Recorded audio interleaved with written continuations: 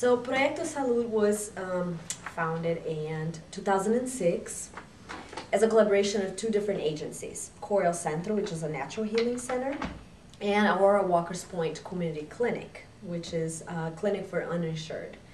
So because of the area we're working, we have more than 70% from the Latino community that come here, and a lot of people are undocumented, a lot of people are insured.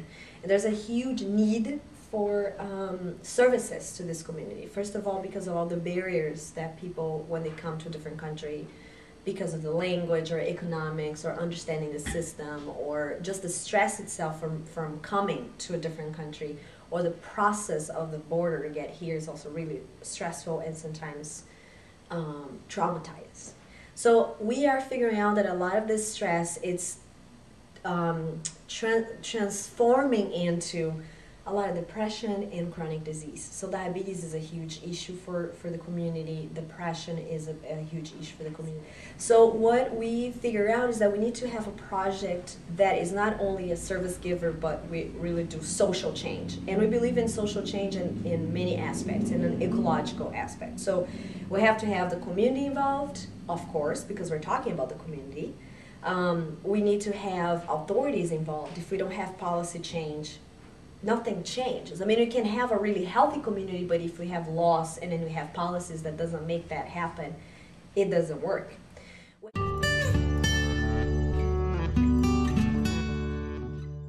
So food justice, as I mentioned at the conference, is looking at the entire food system and recognizing where oppression exists within the food system, and often disadvantaging minorities and people of low income. And so at Coral Centro, we're at the beginning of what I hope will be our own food justice movement. And we're starting with just gathering information about nutrition status of our clients and healthy food options in the community. The whole level of food justice, which I mentioned at the conference that I'm not involved in yet, in terms of food production. Speaking more about migrant workers and the working conditions in, mushroom factories or tomato picking operations. And being in Wisconsin, there's not a lot of that here. I mean, we have it in our grocery stores, and we're buying those tomatoes that are being picked by an underpaid worker. But so it's like, looking at that aspect of the food policy and educating people that this is where, this is who's on the other end of this mushroom.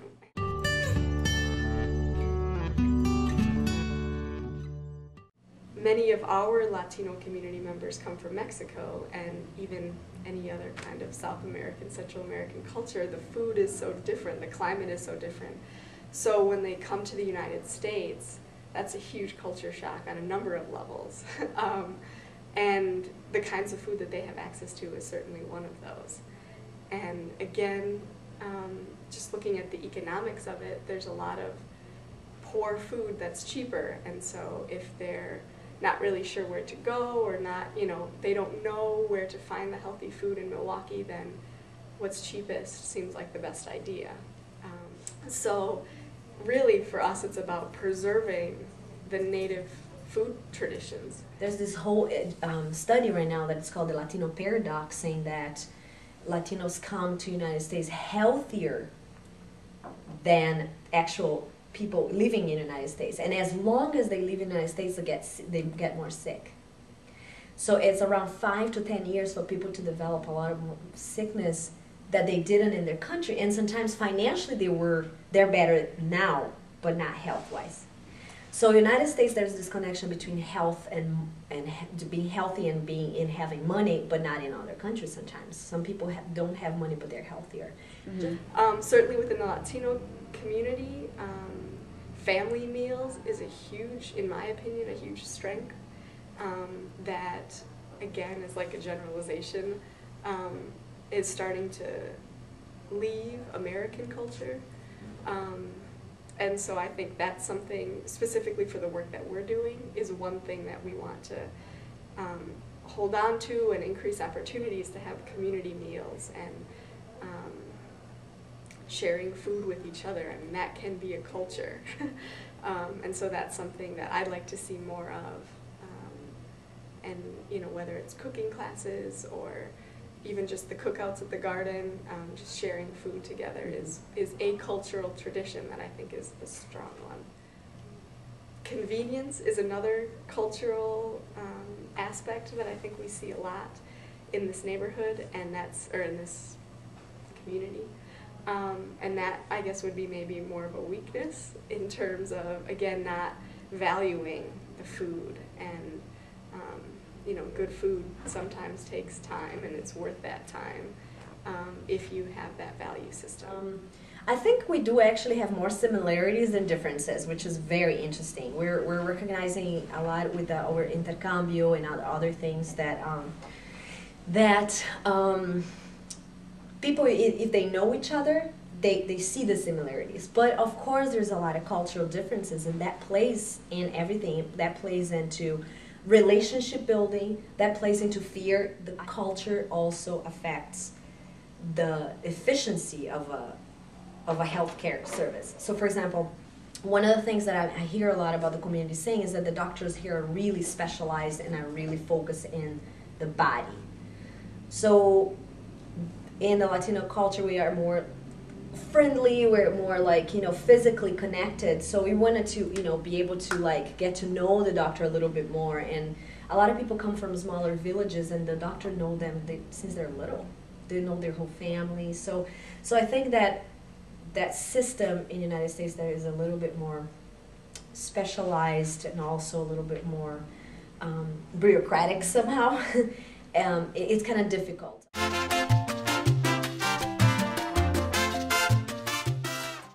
Programs that we have are kind of ongoing or fluid, or Coral Centro has yoga classes, but it's not like a 6-week course where there's a beginning and an end. It's you can come when you can come, and pay when you can for the month or whatever. And so in some senses it's hard to measure like outcomes like that.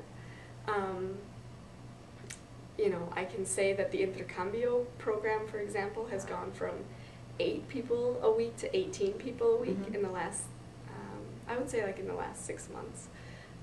Just because people come and they enjoy it and they tell other people and those people come. So I created a training for community members to become health educators, health promoters, what we call promotores.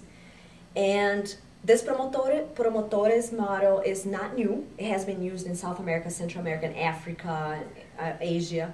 And in the United States, more and more now. And so the idea is really that the promotores are this bridge between the system and the community.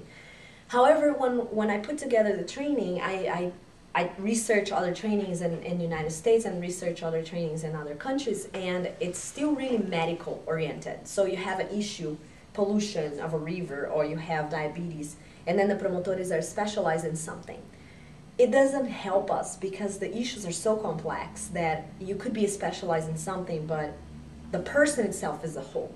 So we wanted to train promotores that are really knowledgeable about many things, including determinants of health. Not only physical health, emotional health, but politics, policy change. We wanted the promotores to be more advocates for themselves. We truly believe in education, but we believe in education for action. You could be really knowledgeable, but if you don't feel empowered enough to do anything, nothing really changes. The community has the wisdom, and it's just kind of our job to help them find their voice and to help others hear that wisdom. And that's really what we're trying to do.